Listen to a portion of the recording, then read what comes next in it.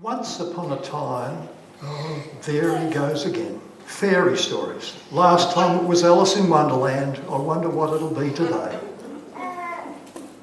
Once upon a time, there was a little coal truck. And New York City had a blizzard. And a metre of snow fell in one day. Oh, sorry, that was a different story. That was last week. 70 years ago, I first heard the story of a little coal truck. Most of you know it, but let me run through it quickly because it is a metaphor. And you see, I need your indulgence because I'm now well into my second childhood. So fairy stories mean a lot to me now. Once upon a time, there was a little coal truck sitting on a siding, waiting, full of coal, waiting to deliver his coal to the people in New York City, or wherever it was, who had a terrible winter and they wanted the coal. One day, along came a big black engine, and the little coal truck said, "Please, Mr. Big Black Engine, will you take me up the hill and over the hill and away to the other side where the people in the big city need my coal?" And of course the big engine said, "I haven't got time, I haven't got time, I haven't got time." A little bit later, along came a middle-sized blue engine. And the little coal truck said, "Please, Mr. Mrs. Middle-sized Blue Engine, would you please take me up the hill and over the hill and away to the other side where the people in the big city need my coal?" And the middle-sized Blue Engine said, "I'm much too busy, I'm much too busy, I'm much too busy." And then along came a little red engine. And the little coal truck said, "Please, Mr. Little Red Engine, will you take me up the hill and over the hill and away to the other side where the people in the big city need my coal?" And of course, we know what happened. The big black engine represents the political world, the world as we know it. We need more money. Money, money, money is what the world's all about. Let's start this thing for this and this thing for that. And we only need $1 billion for this and $1 billion for that and $5 billion for this and $5 billion for that. And the big black engine said, "I haven't got time. Too busy raising money." And the middle-sized blue engine, which is most religions of today, are much too busy. They're much too busy. They can't do things like this. They're much too busy. They have to know how to cross themselves and do all the things that have to be done. And they're much too busy. And then one day along comes unity. Charles and Myrtle Fillmore had this great idea. The great idea was each of us has the coal within us to deliver up the hill and away to the other side. So the little red engine hooked up the coal truck and away he went. And it was a steep hill and there was snow everywhere and the rails were slippery. So they didn't put sand on the rails. They just kept working, and the little red engine in unity said, "I think I can. I think I can. I think I can," as he struggled to tow the little coal truck up the hill. He got to the top in unity.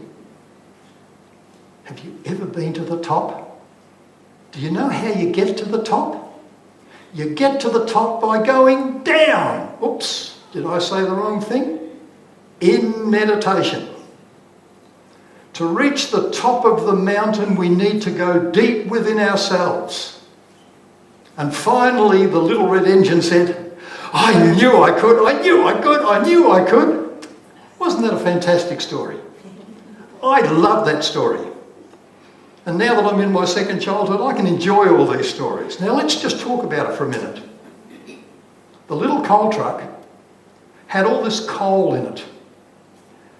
How does coal form? It forms under pressure for millions of years. It forms under pressure. Originally, it was a beautiful big tree swaying there when the dinosaurs were walking around. And then the tree fell over or the ocean came in or something happened, and the next thing you know, it's covered with sand, it's covered with clay, the pressure builds up, and then we learn to meditate to find out where the coal is.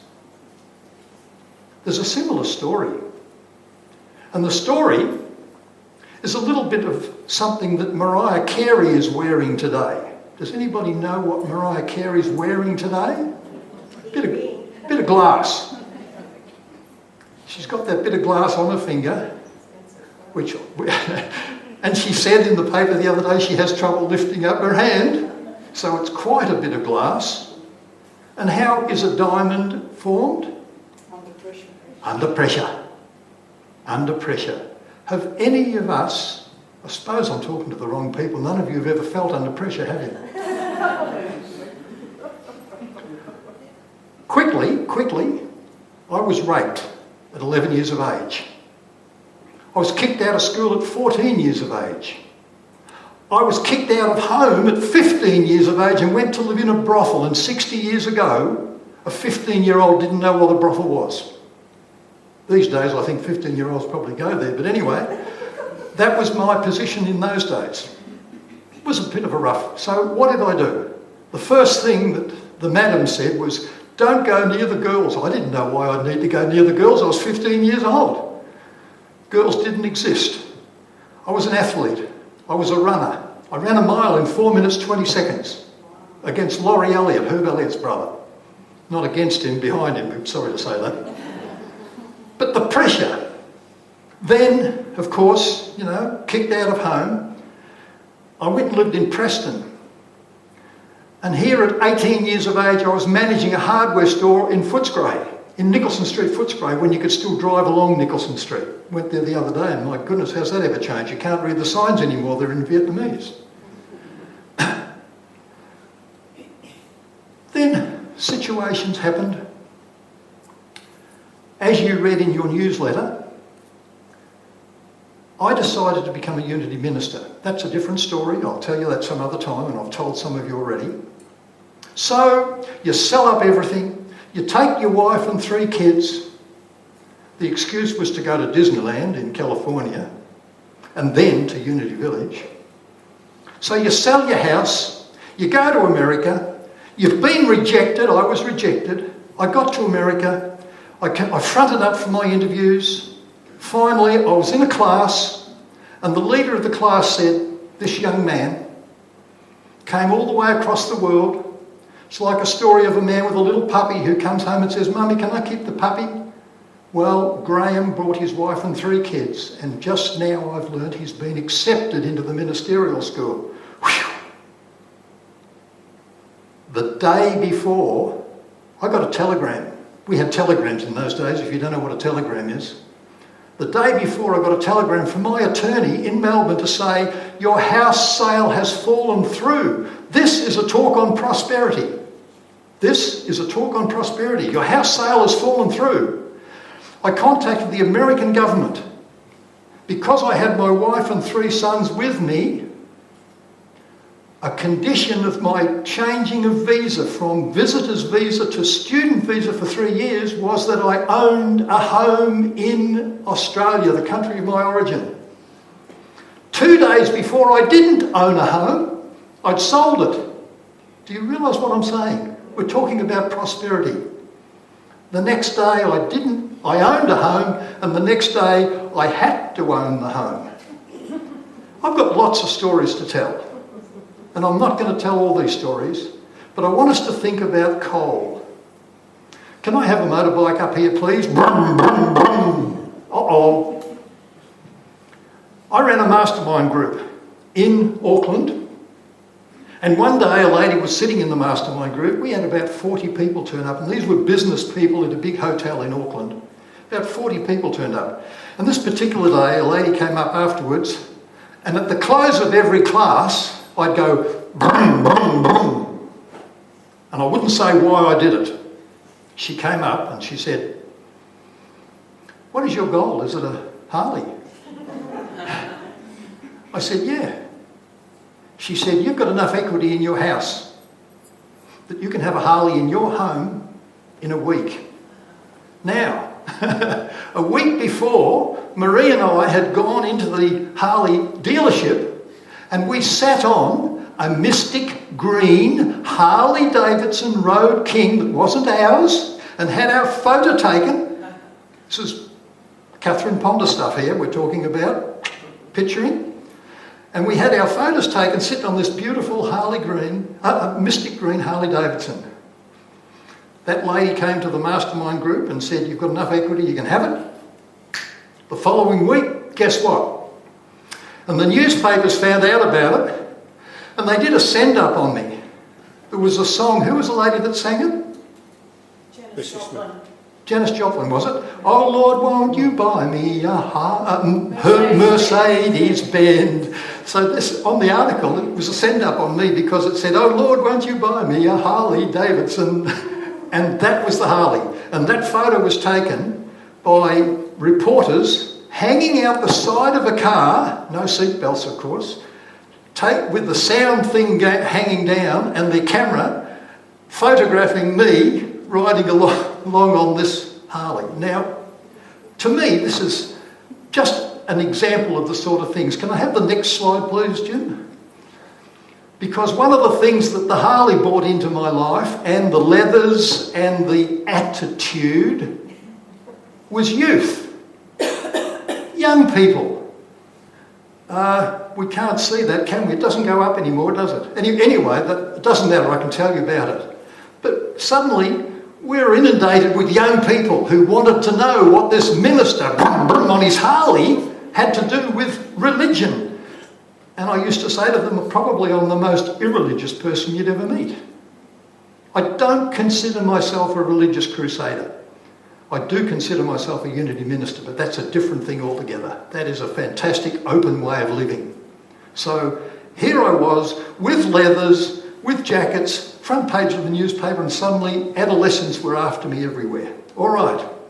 Thanks, Jim. Why was it that was an attractive thing for young people? And I just want to comment briefly about something that Jim mentioned when he was talking about the interfaith business. Today we hear a lot about ISIL, radicalisation, all sorts of what we call atrocities that are happening all over the world, including here. And I want to go back for a minute to coal, because today my talk is about never let it rest. Coal is energy,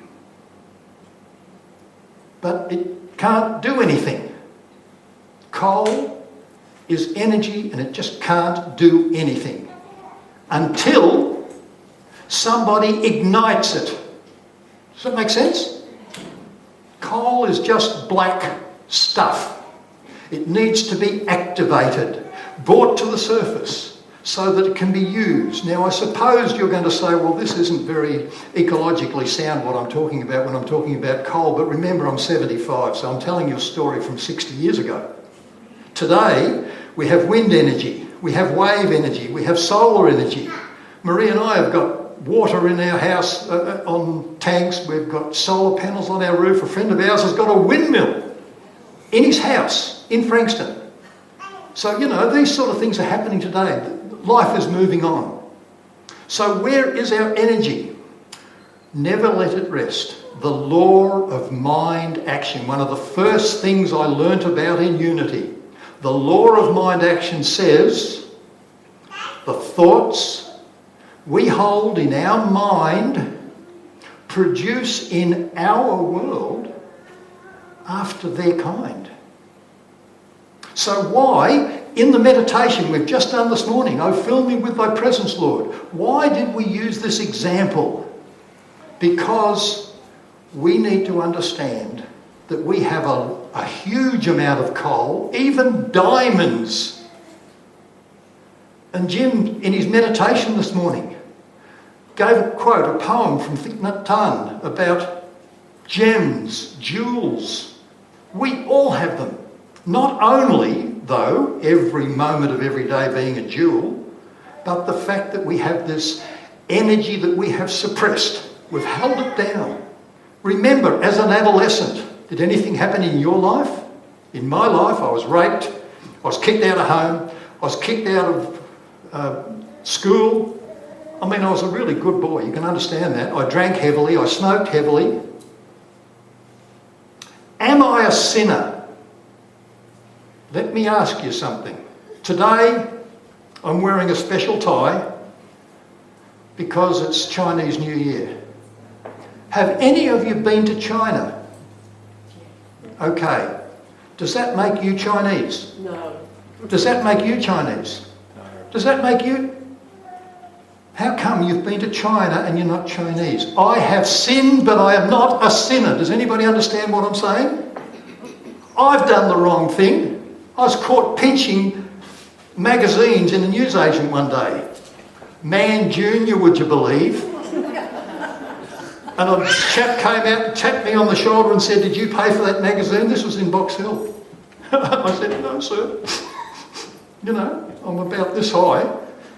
And anyway, yeah, I have done something wrong in my life many times. I am not a sinner. I have done things wrong. I am not a sinner. Can I get you to say that? I'll say it once more because I believe it applies to everything. I have done some things wrong, but I am not a sinner. Together? I have done some things wrong, but I am not a sinner. That is a terribly important starting point for you to allow the law of mind action to work. Because if you think you're a sinner, and I'm going to say a lot of adolescents do because they've done wrong things and they've been taught they are sinners, they have what I'm going to call a suicide wish. They don't care if they put a belt around them that's going to blow up when they walk into a supermarket, because probably they'll get their name on the front page of a newspaper, and at least they'll get 21 virgins in heaven. What do you do with 21 virgins? I don't know. But anyway, if you stop and think about what I'm saying, we're talking about adolescence. And I'm going to say to you, most of us, here in this room possibly, and definitely me, have adolescent coal stored, waiting to be delivered. Now, how can I say you have coal, you have energy, you have the Lord waiting to be delivered? Because you're here. You're in this world, you are alive. Now let's talk about prosperity for a minute, because here you see a motorbike and you think, hey, look, he thinks it's all about money. No. The bottom bit of that quote is what's important. That God knows what needs you have. You need food, you need shelter, you need whatever it is you need. If you need a yacht to go into the Sydney to Hobart yacht place, guess who provides it? The Lord of your being provides it. There is nothing. It's said there. My God knows all of your needs. It doesn't matter what the needs are, but there's a trick to it. What is the trick to it? We're talking about the expansion of unity. The things that are happening in Unity Bayside in Frankston right now make your heart feel good. I noticed that Lorraine's up the back there, but she sent me an SMS this morning. We had 7 new people come to our first meeting, and we've got 9 more coming to our next meeting. We're going to need a bigger house, Lorraine. You know, what I'm saying, this is only in 3 weeks. It's happening now. It isn't something that happened back then. But why is it happening? Because we're working with the principles. The principles, and I'm not saying I'm smart about it, I'm saying the principles today, the lesson is, there's nothing my holiness cannot do. There's nothing my Lord cannot do, because my Lord, your Lord, the Lord of your being, creates your world. So when we say, never let it go, never let it rest, the Lord of your being, thoughts we hold in our mind produce in our world after their kind, how can that possibly apply when you've got a thing like ISIL going on over there? Let's stop and just think for a minute. And I'm coming to a closing point where we're going to use that radar process. But if the Lord of your being creates your world,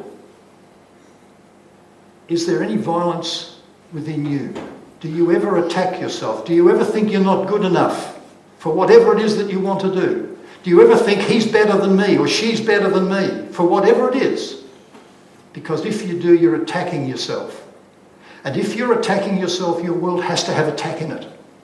Because that's the only way that the coal, the diamonds, the energy will come to the surface. And then you say, oh, look, those bastards cut off somebody's head. How can that be a good thing? We're not judging anything. We're saying, did it bring up your energy? Were you angry about it?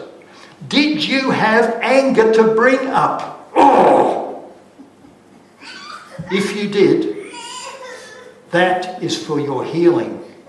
And when your healing takes place, when your anger comes up and you accept it and express the love that the energy has within it. Remember coal? Coal is black. Is this anger or hatred? I used to hate broccoli.